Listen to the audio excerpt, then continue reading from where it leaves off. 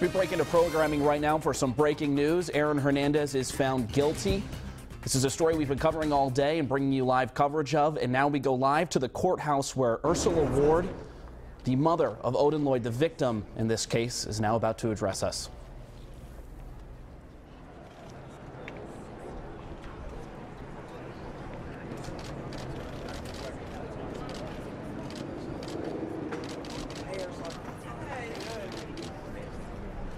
To everyone. I would like to thank everyone for being here with us today, and first and foremost I would like to thank the Heavenly Master, because without him nothing would be possible in my life and I probably wouldn't get justice today. So I want to thank him most of all. I would like to thank everyone around the world. I have received cards, flowers, letters, and I would like to thank everyone for their support and prayers. My son Odin was the most precious gift in my life. I'm gonna miss his smile. From across the street I would see his pink gum coming towards me. On Father's Day I'm going to miss the best words. Happy Father's Day, Mom. I've been his mother and father all his life. So on Father's Day, that's one of the things that he gives me. On that Sunday, I had just came from church and my son saw me. He says, "Ma, you look so beautiful today. I love those colors on you." And those were the last words I heard from my son.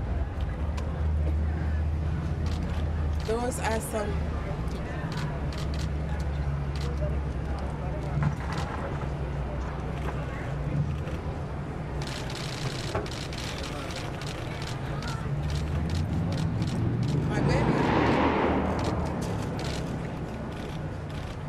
just like God has left his footprint in the sand.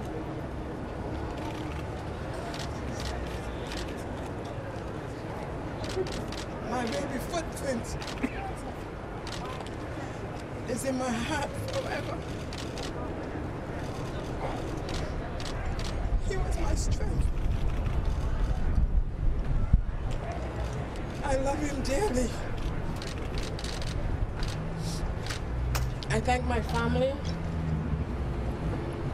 who has been there with me for 2.5 months. And for 2 years, I would like to thank the prosecutors and everyone that had a hand in helping the prosecutors to come this far. We serve an awesome God, and we all should remember that. Because without him, we are nothing. I thank you. How do you forgive like that? It's not going to take any. No question, please. Thank you.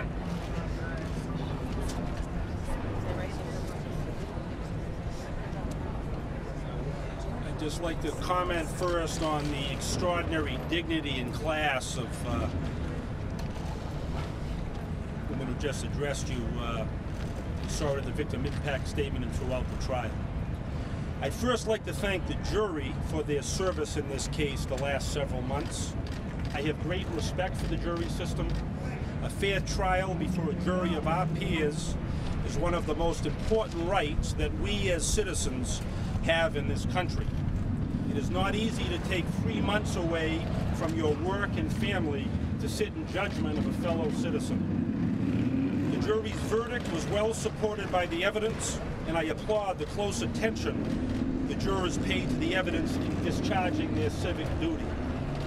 Aaron Hernandez may have been a well-known New England Patriots football player. However, in the end, the jury found that he was just a man who committed a brutal murder. The fact that he was a professional athlete meant nothing in the end. He is a citizen who was held accountable by the jury for his depraved conduct. The victim, Odin Lloyd, was a young man who had his whole life ahead of him.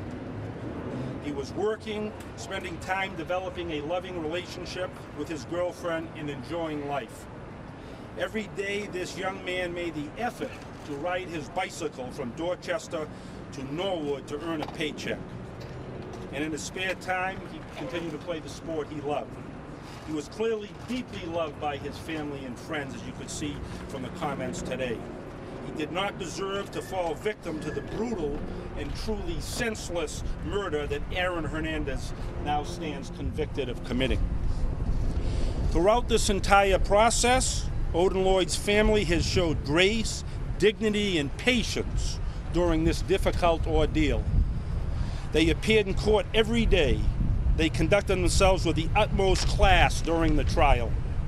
Their dignity provided great strength to all of us during the prosecution of this case. Only they can appreciate how difficult this ordeal was for them and any family faced with a similar tragedy.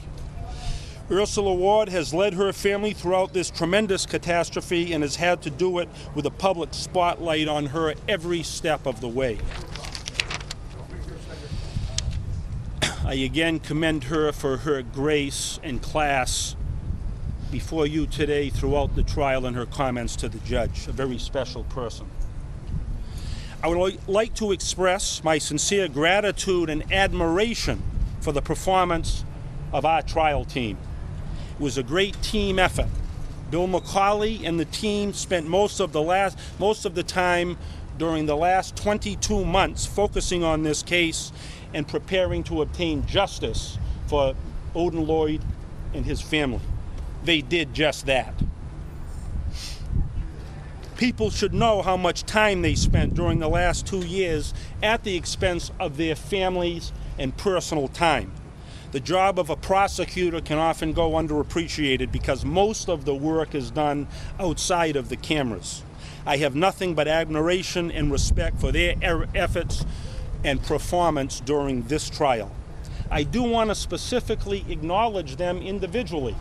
I'm not going to cover everybody, but it's important to note not only Bill McCauley, but Pat Bomberg, who did tremendous work in this case, Brian Griffin, Rob Brissett, our technical person, Jennifer Purcell, a young woman who worked tirelessly behind the scenes to prepare this case and provide important information to our prosecutors.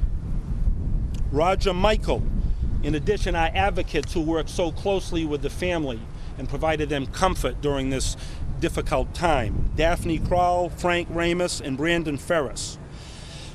I also want to express my appreciation to my prosecutors' families for their support and tolerance of the sacrifices they had to make over the last 2 years. We spent many Sundays here outside of the public eye, them particularly devoted to putting the best case forward for the victim's family and the public. I also want to especially recognize Chief John Riley and the North Attleboro Police Department. Their cooperation in this investigation was tremendous and a credit to their professionalism. I would also like to thank our State Police Detective Unit who worked tirelessly on this case. In particular, I would take special note of Trooper Eric Benson, the case officer, Jeremiah Donovan, and also North Attleboro Detective Daniel Arrighi, the lead detective for that department. They were critical to the successful success of this prosecution. I would also like to commend and thank the Bristol, Connecticut Police Department for their cooperation in this matter. Lastly, I would like to thank the media, you, for your patience during the last 3 months. Respecting the adherence to the gag order that was in place, again, I think you acted professionally and with diligence in respecting the gag order.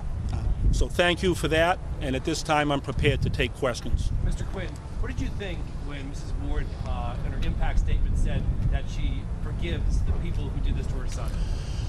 I think it's a tremendous compliment to her. As difficult as it is for people, in the end, forgiveness is what it's about if one can bring themselves to do that. By doing that today, it shows you what type of person she is. Tom, how confident were you that this was the decision that was going to be made today, that was going to be a good? I felt confident that we had presented a strong case, and after a fair consideration of all the evidence, that Mr. Hernandez would be convicted. Do you feel the judge treated the prosecution fairly in this case in terms of evidence admitted? We During every trial, there are decisions from a judge that we agree with and that we disagree with. I think that occurred in this case like it does in every case. Are you surprised by the length of the deliberation? I was not. Why? Tom, can you comment on the whole celebrity nature of this case? This just wasn't a normal case. This was a big football celebrity, and how do you think that impacted this trial? Well, it impacted it significantly based on what we're doing here now. Certainly it was a major case. The case gained national attention. I think in the end, a fair trial was provided to the defendant. In the end, he's a celebrity. He's a Patriots football player. That attracts everybody. But in the end, he was a man who committed a serious murder and was convicted of that by a jury of his peers. What did you think of the jurors not coming up with the premeditation, coming up with the atrocity? They said that they came to it in different ways as well. I respect the jury system, as I said, and that's their decision based on what they do in the privacy of the deliberations. He was convicted of first-degree murder, a brutal murder of Odin Lloyd. Mr. Quinn, how important do you think was Robert Kraft's testimony? I think all of the testimony contributed something. Each portion of the testimony put together evidence that in total presented a strong case for conviction. Going into jury instructions, did you guys know you might need an extreme atrocity or cruelty if you couldn't prove premeditation? I think we requested a instruction based on the evidence. You heard the evidence of the number of shots and the manner of the killing, and a conviction for extreme atrocity and cruelty was appropriate based on the evidence that you heard. Mr. Quinn, How obviously difficult was there was it the to- joint venture theory here. Do you think Aaron Hernandez pulled the trigger?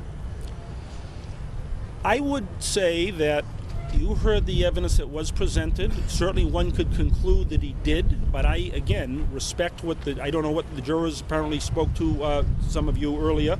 I respect the privacy of their deliberations, and I think the evidence was presented, and you could certainly conclude that. 3 charges were separated out. Do you Tom, plan to prosecute those 3 remaining charges that were separated out? I mean, our focus now is on the successful prosecution of the most important matter, the brutal killing of Odin Lloyd. Those matters will take care of themselves. Do you expect this to come to How difficult was it to try this case with no murder weapon, no eyewitness, and no really hard and fast motive? I would say that our team, our prosecution, did a very good job of marshaling all of the evidence in this case. This was piece by piece. Now, no eyewitness. There was an eyewitness, I would suggest to you. It was a videotape. Videotape. You watched it in course. That was certainly something the jury could consider. What was on the tape prior to the homicide and after the homicide. So I think I have the utmost respect for the quality of our prosecutors and the job they did. And frankly, as high publicity as this case was, I had complete confidence and was not fretting at all during the prosecution of this case because of the confidence I had in all the people who were part of this team. How important do you think it was when Mr. Sultan acknowledged during closing arguments that Mr. Hernandez was there? That's a strategic decision that the defense makes.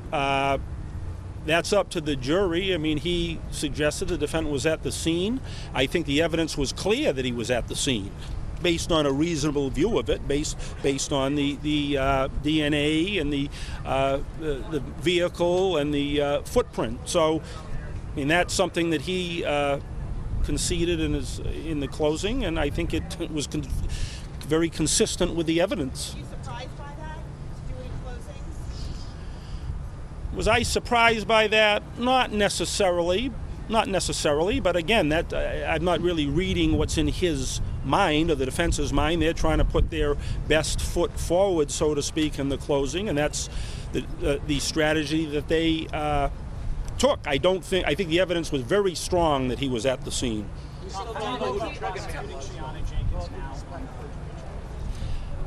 Let's just focus on the Aaron Hernandez matter. I think this is a great day for the Commonwealth. great day for the family because the jury has spoken. Tom, a key part of the defense's case was that you targeted Aaron, you went after him, and that the police had a sloppy investigation. How do you respond to those allegations? My response is that the evidence targeted Aaron Hernandez. The evidence led to Aaron Hernandez. That's what I would say, and the evidence is what convicted Aaron Hernandez. There was no sloppy police investigation. It was done professionally, thoughtfully, and the evidence that was obtained, especially in the early stages of the investigation, led to Aaron Hernandez and has led to his conviction. Tom, you've seen a lot of juries in your time. How would you characterize this one? They appeared to be very involved and focused. Did your prosecution have the same? I think so. I think they appeared to be an attentive, focused jury throughout the 2+ months. That would be my observation of them. And I respect that. That was what was necessary, especially in a case of this length. This isn't a week trial. This is 2.5 months. Some of them were selected the first or second week of January, so I have great respect for their attention and focus during this trial. Tom, does your office expect an appeal beyond the automatic SJC review? First-degree murder is the automatic reveal. Beyond that, I wouldn't know. Do you intend to fully prosecute the 2 other men who are charged with murder in this case? They're co-defendants. Their matters are coming up for review next month, and the prosecution of them will go forward. Is there a chance that you could theoretically come to a plea agreement now that the joint venture theory held up? I would say this, I don't really want to get involved in talking about the other 2 co-defendants because those are pending cases. You sat through the evidence in the case. I mean, that's all hypothetical. I think we want to focus on this case and the successful conclusion of it.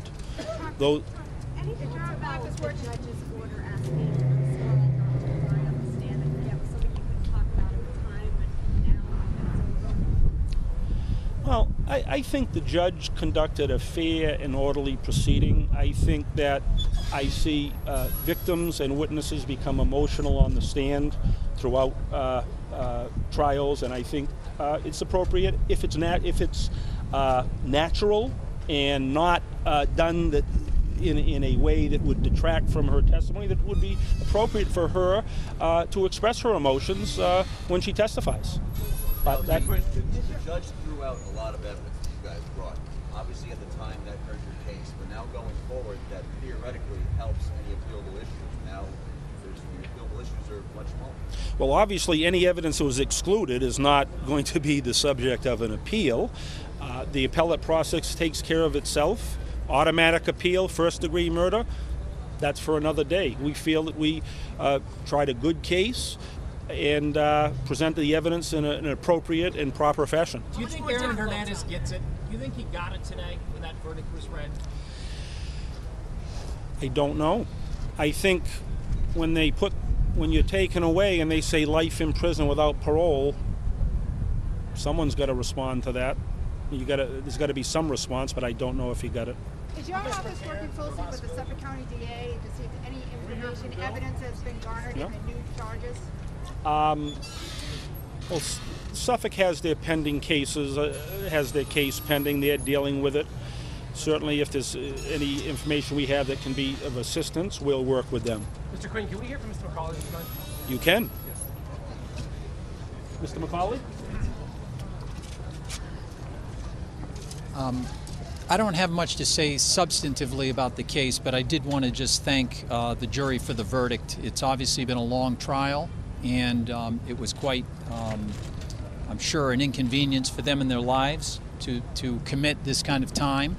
We felt like we had their attention every day, both the prosecution and the defense.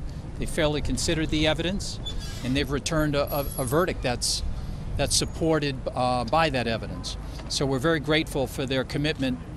And Odin Lloyd's family, these ladies here who you saw sitting in the front row every day, they were committed to seeing this thing through and for trusting in the process and trusting in that the jury would deliver a fair verdict. And I think they're very satisfied with that. We're very grateful and actually drew strength from their commitment to show up every day and let the process play out as it would. So I'm very grateful for the jury, and also, as you'll recall, when we started the case, we had just lost our district attorney, who went on to be the mayor of this great city. And I wanted to thank, again, the governor and the lieutenant governor for the appointment of Thomas Quinn. He was absolutely the right man for the job, and he was part of the team, and it was important to keep the team intact because we had come so far working on the case, and it really has been a team effort. And I'm very grateful for all the agencies that have been involved in this, and I couldn't even name them all for you. It would take too long. But obviously the chief of North Attleboro is here with us, and the state police. But this was a multi-state investigation, and there were so many agencies who committed time and resources and personnel to follow up on leads for us, and our partners, Suffolk County DA's office, the U.S. Attorney's office, the ATF, etc. So good results, just results come from collaborative efforts by agencies working together, and that's what happened in this case. So I'm very grateful for that. Tell me about the challenge of putting all of that evidence together in a comprehensive, cohesive way to the jury. At the end of a case, you see the district attorney's office, the prosecutors. I said this earlier inside to part of the people who were involved. 1,000 hands touched this case, and at the end of the case, we're standing here, and it would have been an impossible task for me alone to have handled all the evidence, trying to bring it all together. I've had great assistants, Pat Bomberg, Brian Griffin, the officers assigned to the case, Jeremiah Donovan, Eric Benson, Jennifer Purcell, someone who works in our office. She's really the one who pulled it all together for us. And so too many people to thank. I think they know who they are, but never could have done it without, again, we're here at the end, but there's so many people who have contributed to the success of this case, and we're very grateful because we know it brings some small measure of peace to the family, and the homicides are the most serious cases that we deal with. But the idea that somebody was targeted in this case, I think you heard the evidence, there were 35 people who went to that scene before anybody knew who was involved, and they were from a variety of agencies. They were there just doing their job. Homicides, there's been a commitment by this district attorney and Sam Sutter, the prior district attorney, to fully investigate every homicide. We've done that in this case. We've done that in other cases, every other case. So I'm proud of the work that goes into these cases. And again, we never get to this result without the commitment of so many people. So I'm grateful to that.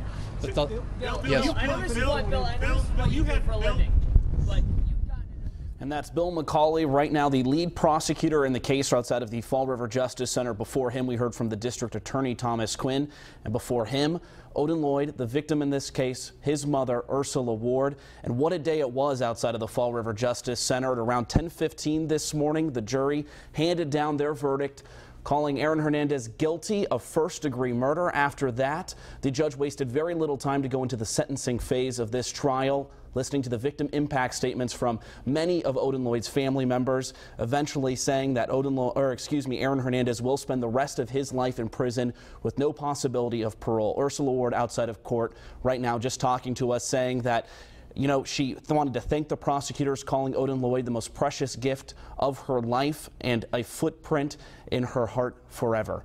Thanks for joining us. Make sure you stay with Eyewitness News for continuing coverage of this breaking news. We'll bring you live, in-depth analysis and reactions starting on Eyewitness News live at 5. Make sure you head to our website, WPRI.com. We have a lot of information on today's guilty verdict, so much stuff. Plus, you can learn a lot more about the other key players in this case. For more on this breaking story, stay with Eyewitness News or log on to our website, WPRI.com.